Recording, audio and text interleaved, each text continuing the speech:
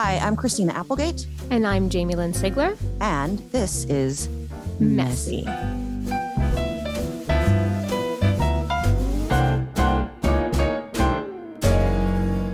Hello.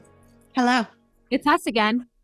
It's us again, Christina Applegate, mother to one, MSer. I like this. Jamie-Lynn Sigler, mother to two, MSer also. How are you, babe? You know, I'm okay. I had a conversation with you recently where we were in a conversation with a bunch of people where I talked about how you have actually given me a lot of permission to say I'm not okay sometimes, to the point where like I actually didn't realize how much I don't say it, even though I'm not in certain moments, like even to my own mother. I really, and it wasn't for anybody else but myself. I think it was like my way of surviving and coping and being positive and positive thinking. And sure, that may have served me in moments, but it like got to a point last week. I got together with a bunch of girlfriends here in Austin at my friend Kimberly's ranch. And her ranch is sort of this vortex. I'm sure she wouldn't mind. Kimberly Vanderbeek, her and James are just very sweet, like ethereal beings. And their ranch is this like vortex of like spirituality and love and connection. And we all went there in sort of with an intention of all that. And I sat with my girlfriends and I literally felt like I was bubbling over with emotion, like it was choking me. And I just looked at all of them and it was like before we were ever like even ready to start sharing. And I was like, I'm sorry guys, but I am not okay. And I just started like spewing, you have things coming up your ass, but this was coming out of my mouth, like, which we will touch on. That's right. But like everything I wanted to say for the last 22 years. Oh, honey. Like, I'm not fucking okay. This is so fucking hard. I'm angry. I'm this, I'm that. And I was like, I couldn't stop. It was coming out of me. And like, I looked at these seven beautiful women that were like, not smiling, but like, yes, Jamie, like, give it to us. Like, tell us, give it to us. Thank you. And then they all looked at me and they were like, can you just scream? Mm-hmm. And I was like, I can't. I actually have never, since I'm a little girl, like always felt like I can't scream. And I sat and all my girlfriends were like, fine, we're going to do it for you. And they all screamed at the top of their lungs. And it was the most like, oh my God, I'm crying. Now I'm crying. Yeah. Okay. It was, I'm going to come over, Christina, and we're going to fucking scream. It was the most beautiful moment I think I've ever had in my life, other than my kids being born. Like, just to see these women be like, we've got you. We're going to take your pain and we're going to like process it as much as we can for you. And they were like, we're fucking angry for you. And we hate this for you. And it was just, ever since then, I feel like I cannot hold anything back. And I've just like, to my benefit or not, like, everything I feel and everything I want to say, like in the moment, it's just coming out of me. And it's like, I feel like I had an exorcism. I don't know what happened, but I owe a lot of that to you, Christina, because I really feel like I've always wanted to be positive for you. And I've always wanted to like be strong for you because I love you. But we also have to like just be okay saying it's not okay. Like it's really such an important part of the process. And you've really taught me that. And I don't think I would have had the courage to even have that moment I didn't even know I was about to have had it not been for you. So thank you. Well, you're welcome from me being so pissed off all the time. So you're welcome, I guess. Just don't do what I did a few months ago. I threw something at a picture window that was custom made for my house, and it broke, it shattered. And don't do that, because then you have to replace the custom size of the picture window, which was probably, it's like 6 feet by 5, huge window. But That's a good size. I lost my shit. And I hadn't been, I fade away into my television programs. I lay in bed. I pretend this isn't happening because every time I stand up, it hurts. And then I don't want to deal with it. So then I get back into bed and do this vicious cycle of fucking depression and anger and all these things that I'm feeling. And I guess this is my way of processing, but I don't think you can process this disease. I don't think at the end of the day, you're like, this is a great disease. Like it just doesn't work that way. So, No. But just don't hurt a picture window because those are harder to replace. I'm going to stay away from windows.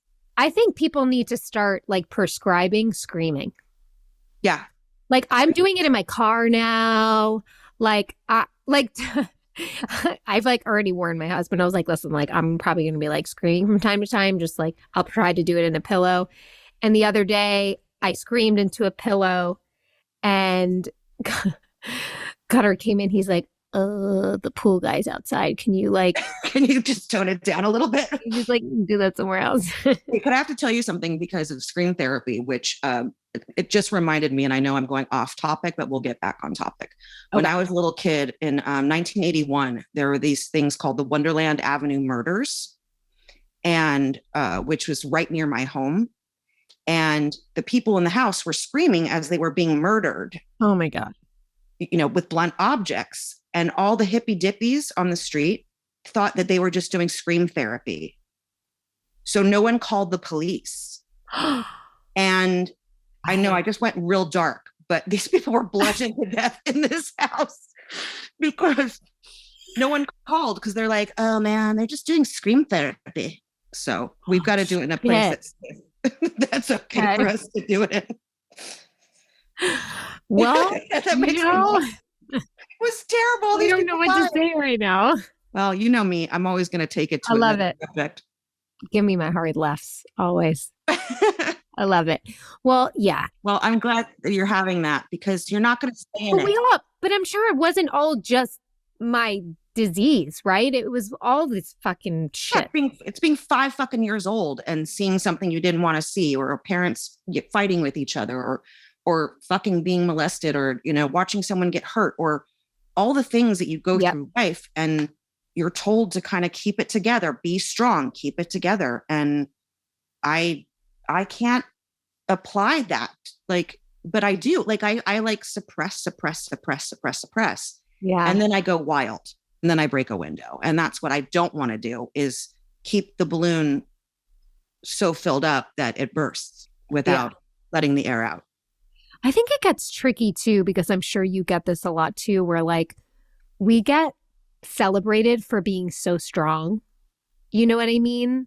I get a lot of keep the way you handle this.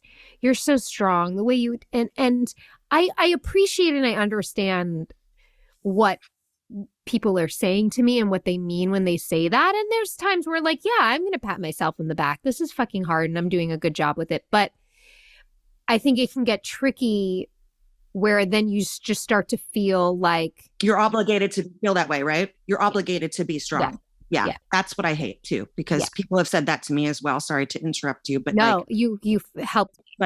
That is no, I'm not.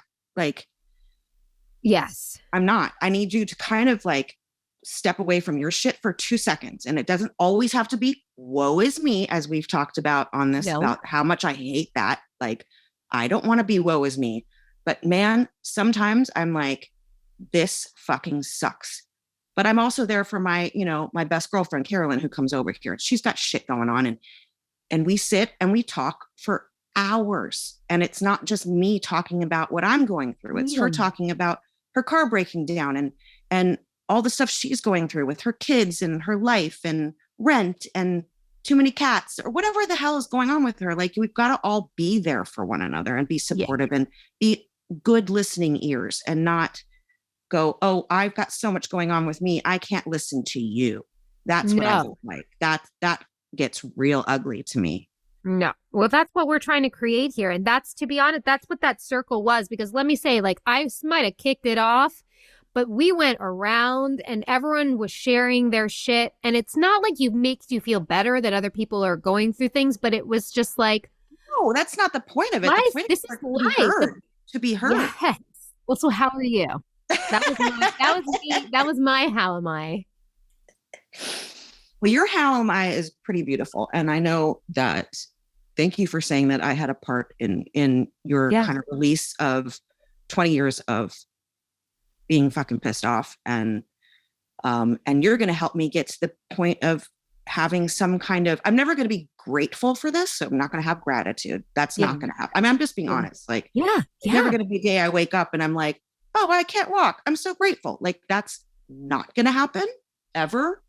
But going like, okay, this is my life. What's the best that I can do with this now? Because right now I'm doing the complete opposite of what I'm supposed to be doing. Like, I'm supposed to be getting up and stretching. I'm supposed to be keeping myself moving because that will help me. Like we talked about, I went to Europe and I walked 9,000 steps a day, which is unheard of without a cane. Totally cuckoo town. And I was not on any drugs, because you'd think like someone must be on like amphetamines or something to be able to do that with this disease.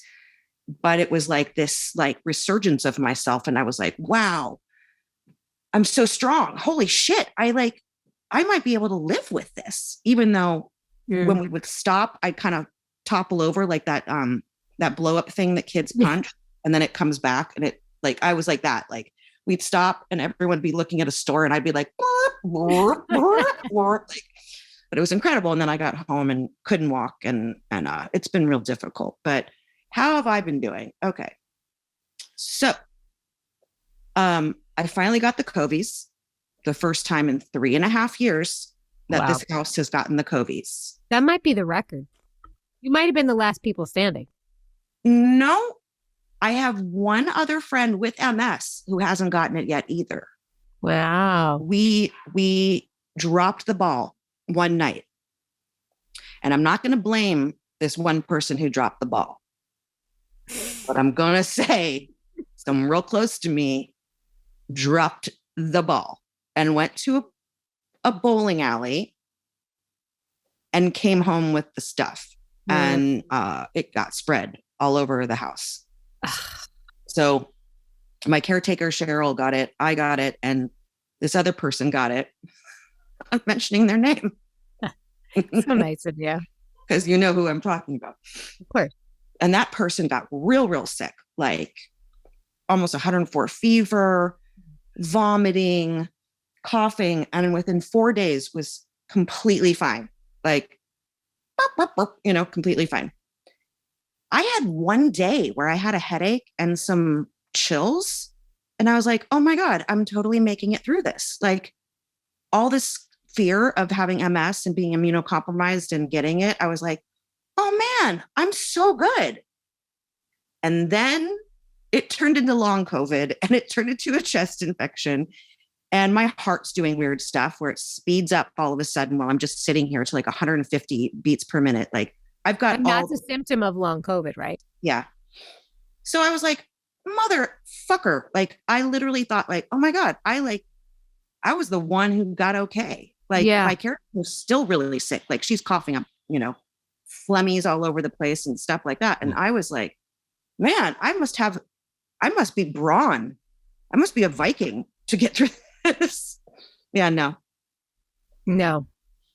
And then what we discussed, something really brilliant happened to me. Yeah. It's now time for the poop talk. Yeah.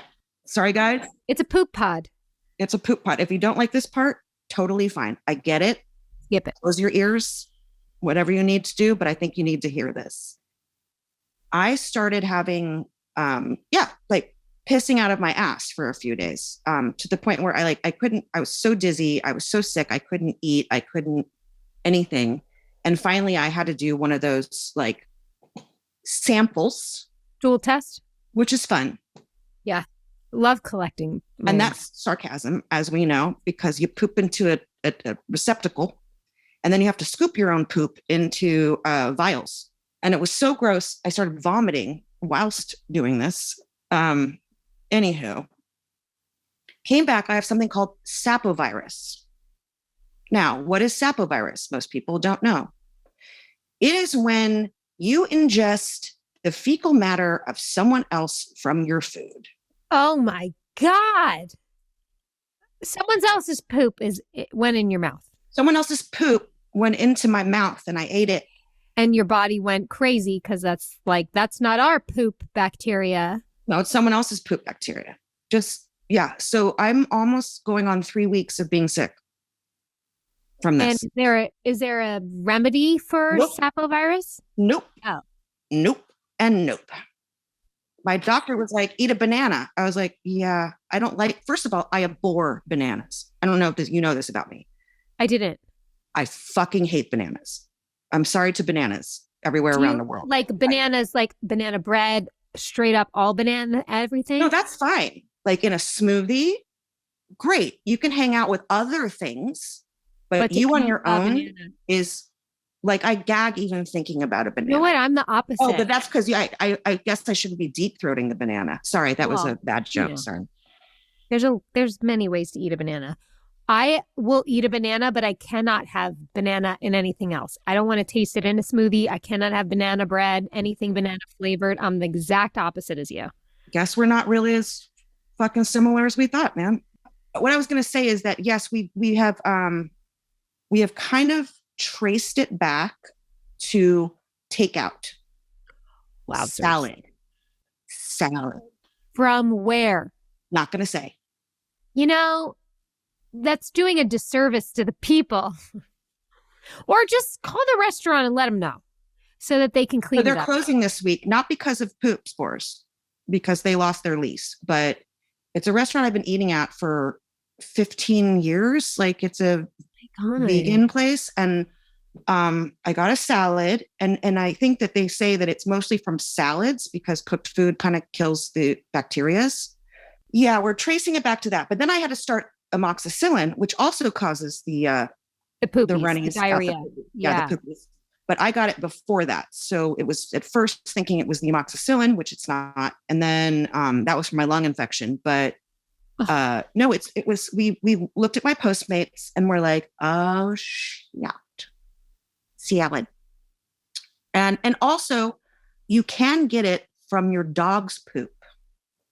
So if your dog eats their shit and then comes to kiss you. That's all it takes? Apparently. Now, I'm not a dog kisser. I love my animals, but they are not allowed to put tongue near my holes. Yeah, I don't like that. No holes. So I don't want to kiss in the face. Anyway, that's my fun story. Wow. It's been real fun. So you can't even leave the house when you have something like that. No, I was supposed to go see my brother. He just had a baby a month ago, and I was supposed to go up a couple weeks ago. And I was like, I will shit in the car. Like, this is not going to happen. And I'm going to be gross. Sorry, guys. I woke up at 3:00 in the morning in a pool of, Christina, of shit. Oh my God. Didn't know what happened. And having MS at 3:00 in the morning and trying to change your sheets, it's not fun. But this brings me to my next point, which we can talk about. Great. I'm wearing diapers. I've worn them before too. Yeah, wearing diapers. Yeah. You and I have had a little bit of so we have a bone to pick about the makers of these diapers. Yeah. These adult diapers. Number one, they're not accessible. So wouldn't it be great if they had like Velcro on the side so that like a baby? Like a baby, but not the one thing. You need to have the full, I'm sure now it's going to get patented somewhere else and we're going to lose millions of dollars. But God damn it. Here's my problem. Why do they make them pretty for women? Why don't you talk upon that, please? Yep. So adult diapers are a blush pink, usually. And they usually have some sort of bow or floral design along the pelvic area. And to be honest, Christina and I have talked about this. Putting on an adult diaper, you're not going to feel sexy. You're never going to slip one on and be like, I'm ready for my day. It's something you got to wear because your body is malfunctioning. Your body's not feeling good. You're having an MS flare. Your kid grabbed your bladder on its way out of your vagina for You whatever. ate someone else's shit. You ate somebody else's poop. Somebody, Sorry. Yep, somebody washed their hands.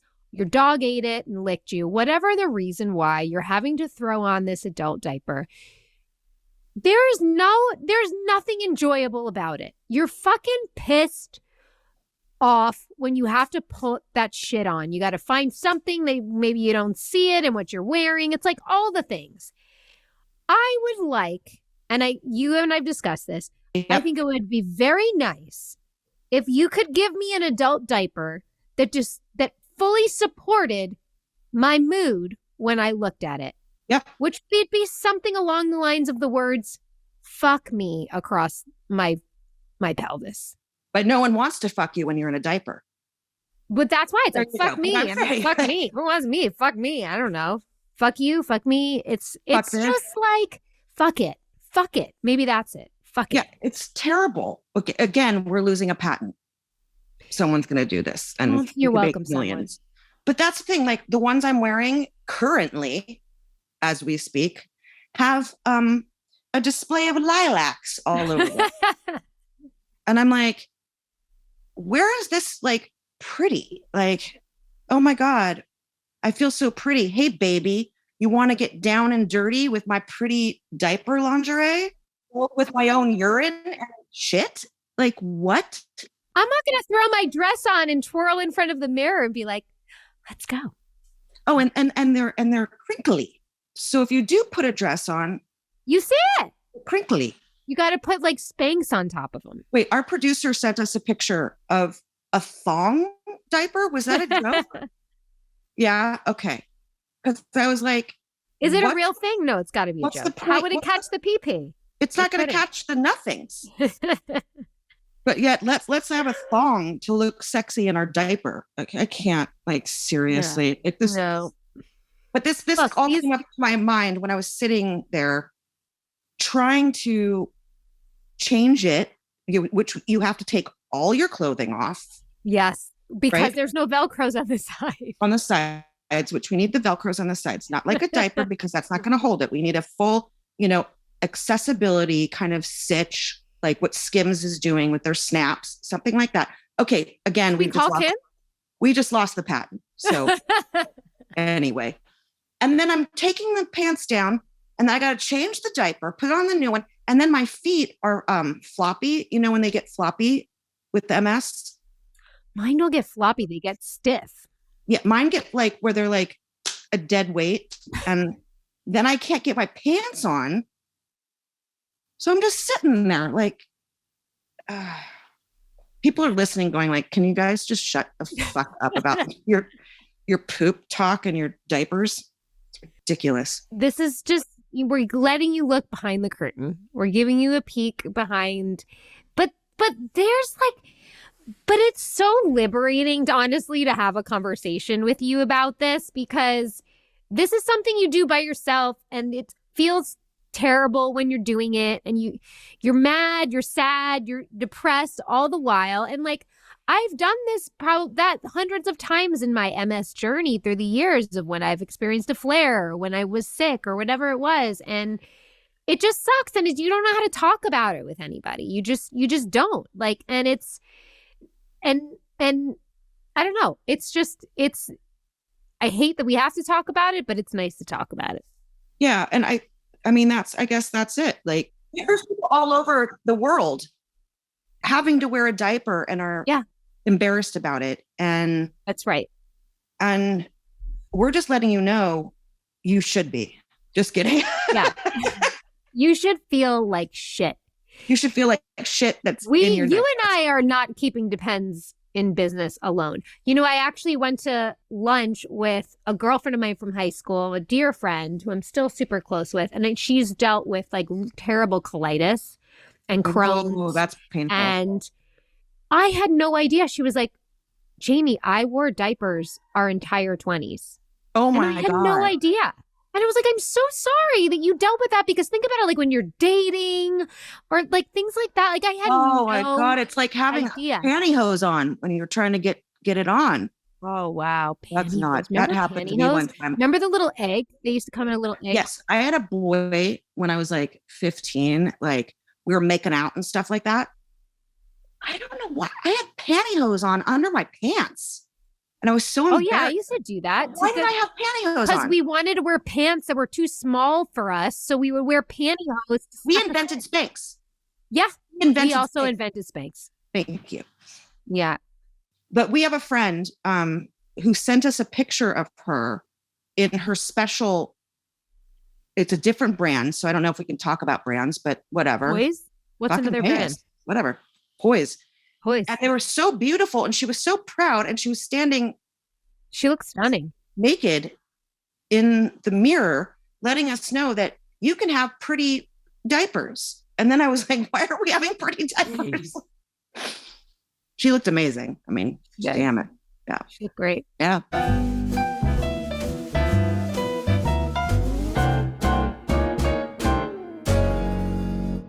This episode of Messy is brought to you by Maybelline. As the #1 makeup brand in the world, Maybelline has the platform and the power to make an impact from the inside out. That's why they've created Brave Together, an initiative designed to help those facing anxiety and depression by funding free professional one-on-one support so that no one has to struggle alone. Mental health challenges like anxiety or depression can be so difficult to manage on your own. We talk about this all the time. Christina and I have both spent years holding our own struggles to ourselves and have felt the terrible effect. And this podcast has been our outlet to finally share. And have you struggled yourself, or have you ever noticed a friend struggling and not know what to do or say? Well, Maybelline New York created the Brave Talk training to help people navigate mental health conversations with their friends. How amazing is that? And they have these 5 easy steps to having a brave talk. Brave, acronym B, be present, R, right setting, A, ask questions, V, validate feelings, and E, encourage action. Listen, you guys, it is so brave to ask for help. So let's be brave together. Maybelline is committed to donating $10 million to NGO partners and providing free access to one-on-one professional support to 3 million people by 2025 so that no one has to struggle alone. If you or someone you know is experiencing anxiety or depression, Maybelline New York is funding free confidential support. Text together to 741-741 or visit Maybelline.com/brave together to learn more. Messy is supported by Cionic. The Cionic neural sleeve is the first FDA-cleared bionic clothing designed to help people living with MS and other neurological conditions improve walking and strength. So for people living with MS, we talk about it all the time. Staying mobile and active is an essential part of managing your MS symptoms. So the neural sleeve looks and feels like a garment. It's not an assistive device, and it fits under clothing, but also can look pretty stylish when styled well. And the system uses these embedded sensors. And so it analyzes every step you take and then sends electrical pulses directly to the 4 major muscle groups of the leg to improve walking in real time. In the first multi-site research study, 94% of participants improved their walking. What a dream, you guys. It's easy to use. You customize through the Cionic app where, you meet face-to-face with the Cionic mobility team for training, check-ins. They personalize your settings, track your progress. And the best part is you pay as you go. So if the neural sleeve is not working for you, you can cancel anytime for any reason. I talk all the time about how my gait has been affected, and I cannot wait to try my neural sleeve and let you guys know all about it. We're excited to share that Messy listeners can get $50 off by entering the code MESSY, MESSY, during checkout. To learn more, visit Cionic.com, CIONIC.com. ms.com.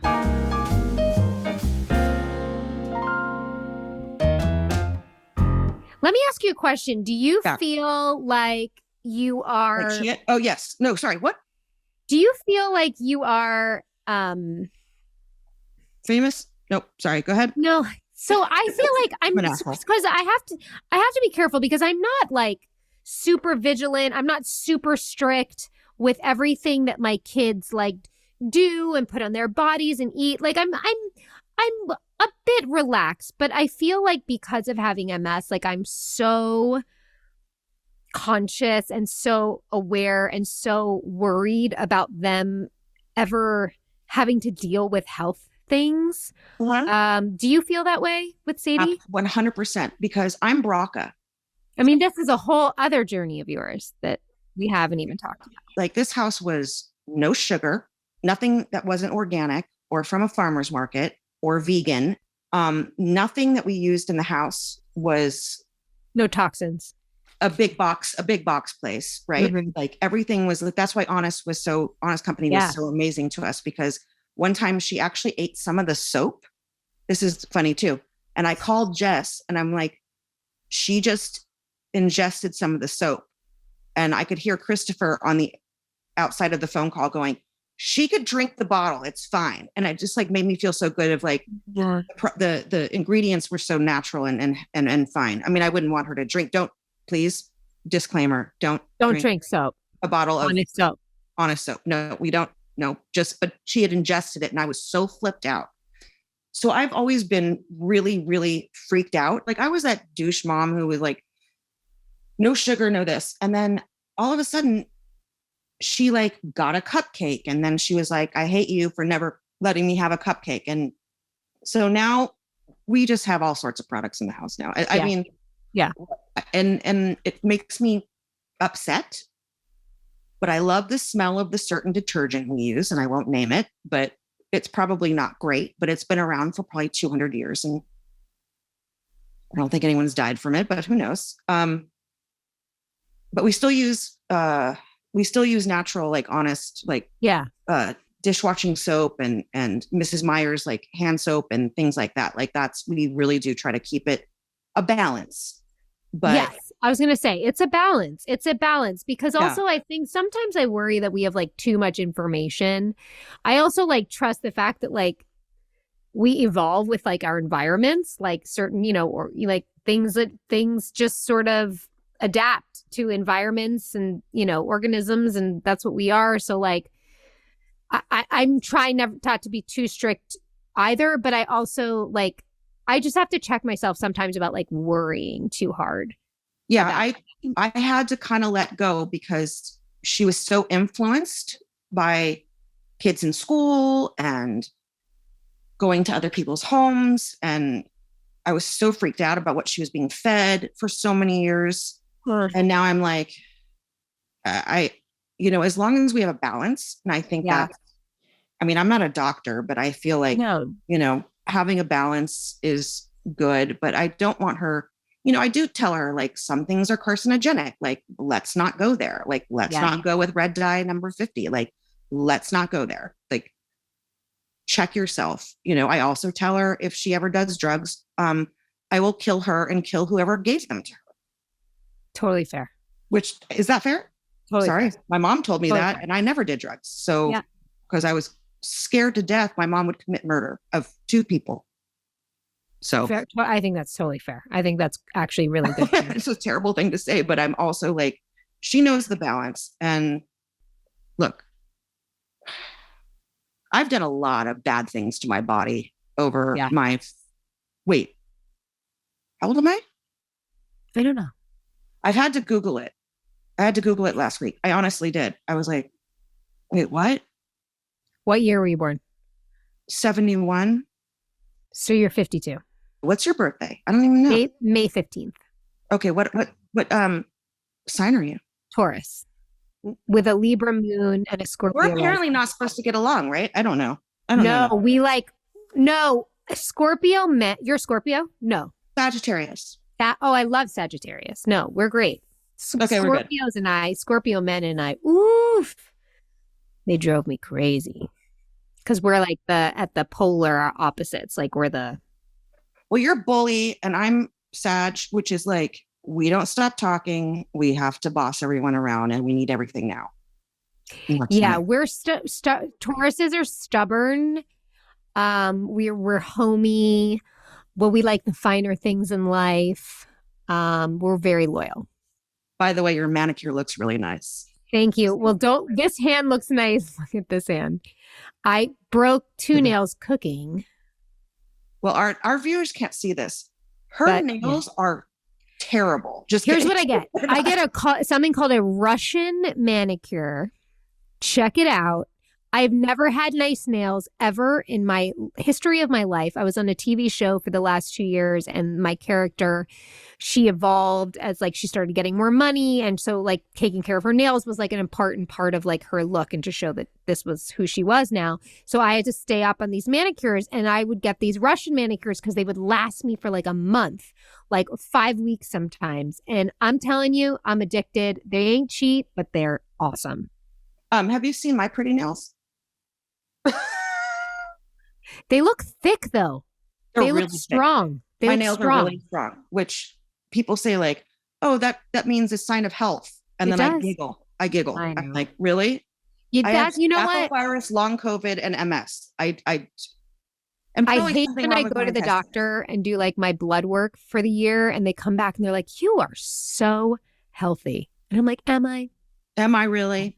Am I really? I went to the hospital a couple of weeks ago while I had COVID because of my stupid stomach thing where I go into like the most excruciating pain that I've ever felt in my life. And finally, the doctor was like, all right, we'll do some blood work. He was the head of the emergency department. So he was really cool.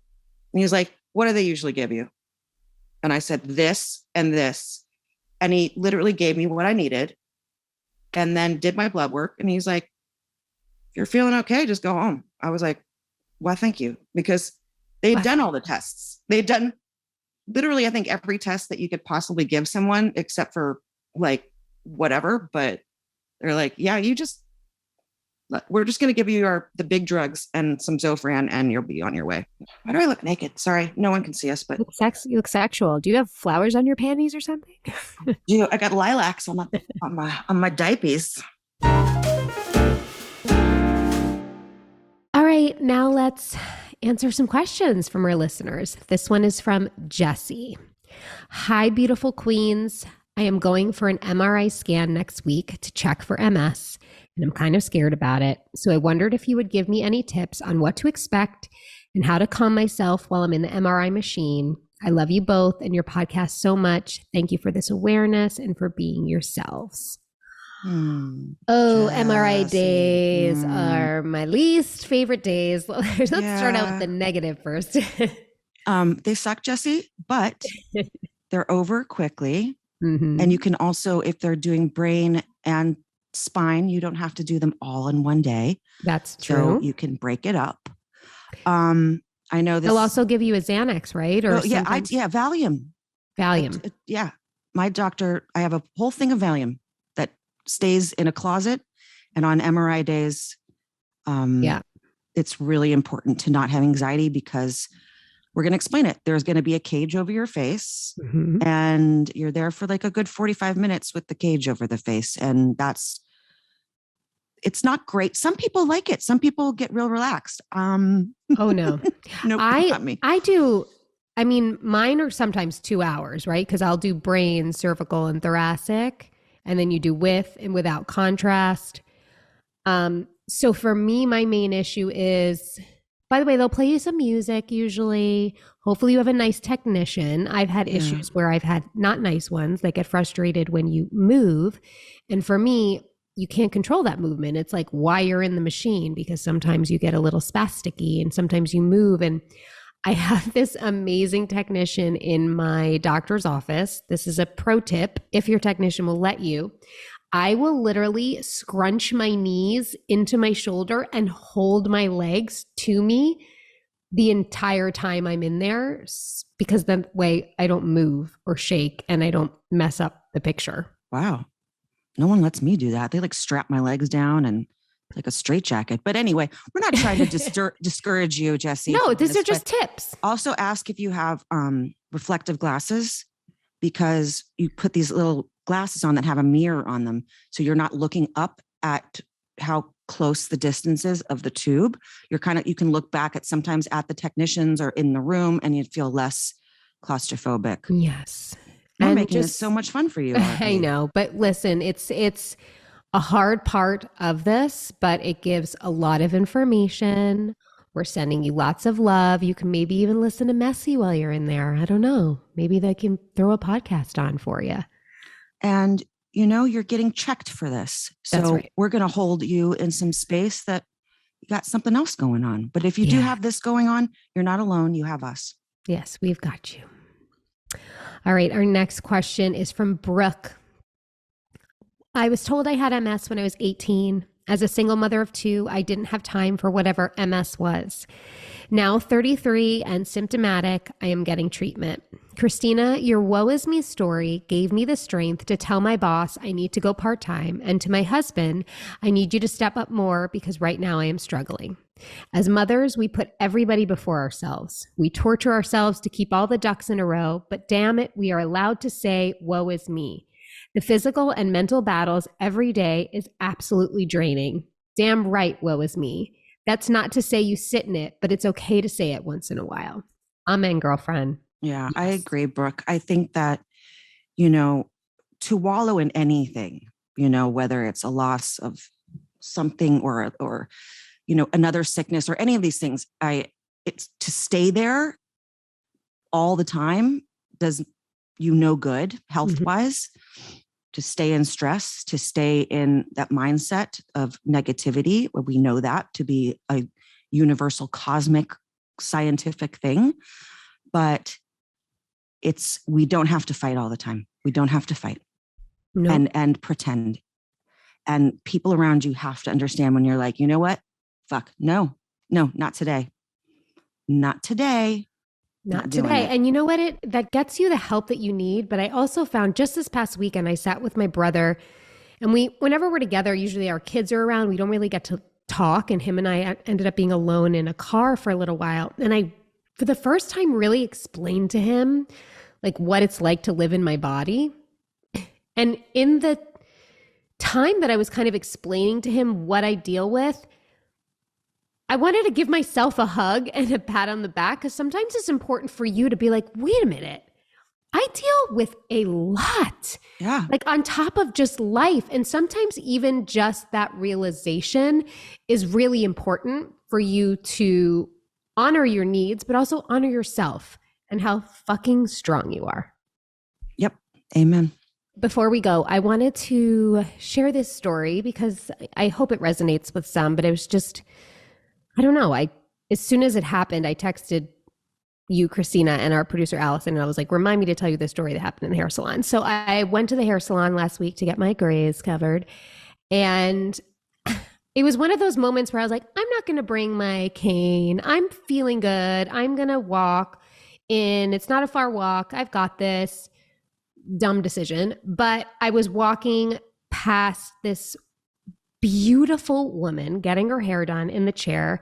And I was like looking at her and thinking like, wow, what a like gorgeous, put together human. And I trip and fall into her chair. Oh, and all I do then is I flop into mine next to her, and I'm like, and I'm just this spastic, forgive me for saying it, but like gimpy mess.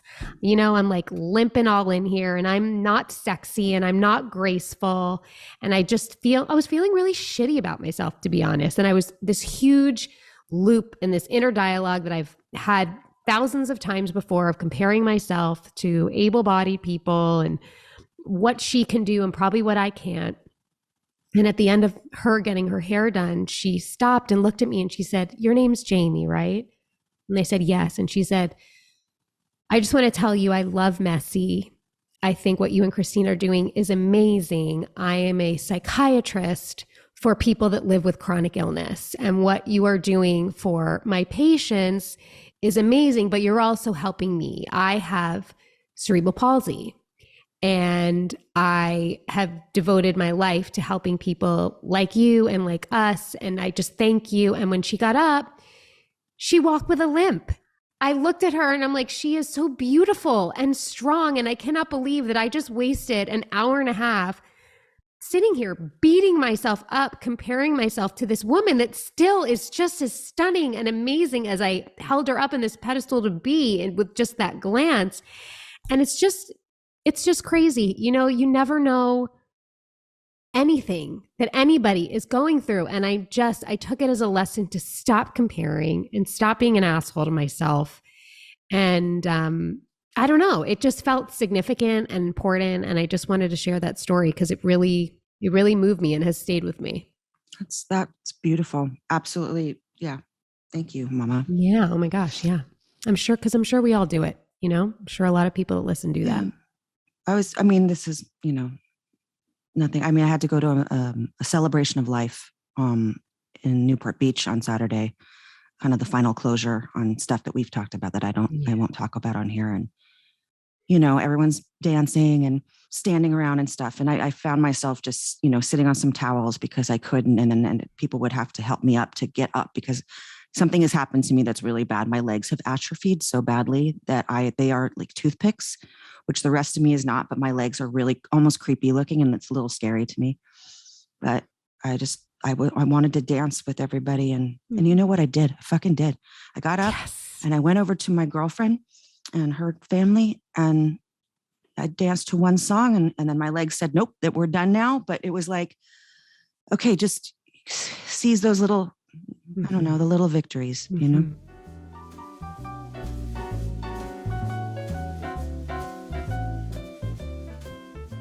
Well, look, I think that this was a great podcast of oversharing, which is what we're understanding. We need to be able to do more. Like, we need to be able to really talk about the things that feel embarrassing and shameful or like really hard, because you cannot go through these things alone. I hope you never have to bubble up in front of a bunch of your girlfriends and scream your fucking brains out. But also, if you have an opportunity to, I highly recommend it. I highly say yes. My friends have been here when I broke the window. The picture. Don't break, just like I've said, my advice of today, don't break a custom picture window. No.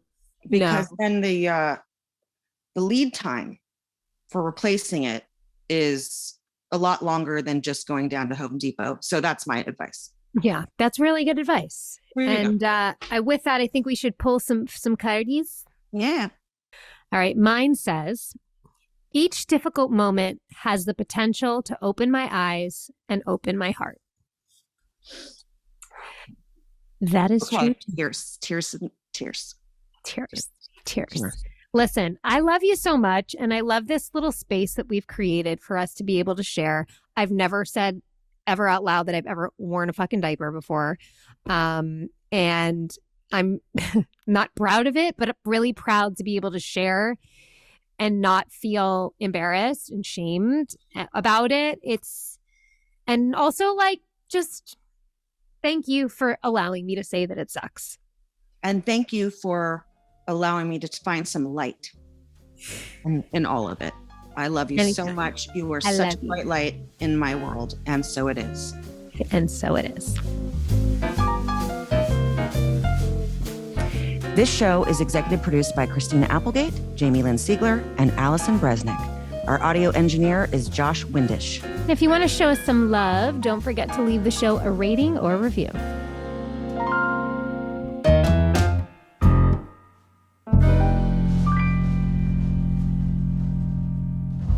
Hi, it's Jamie. Thanks for listening.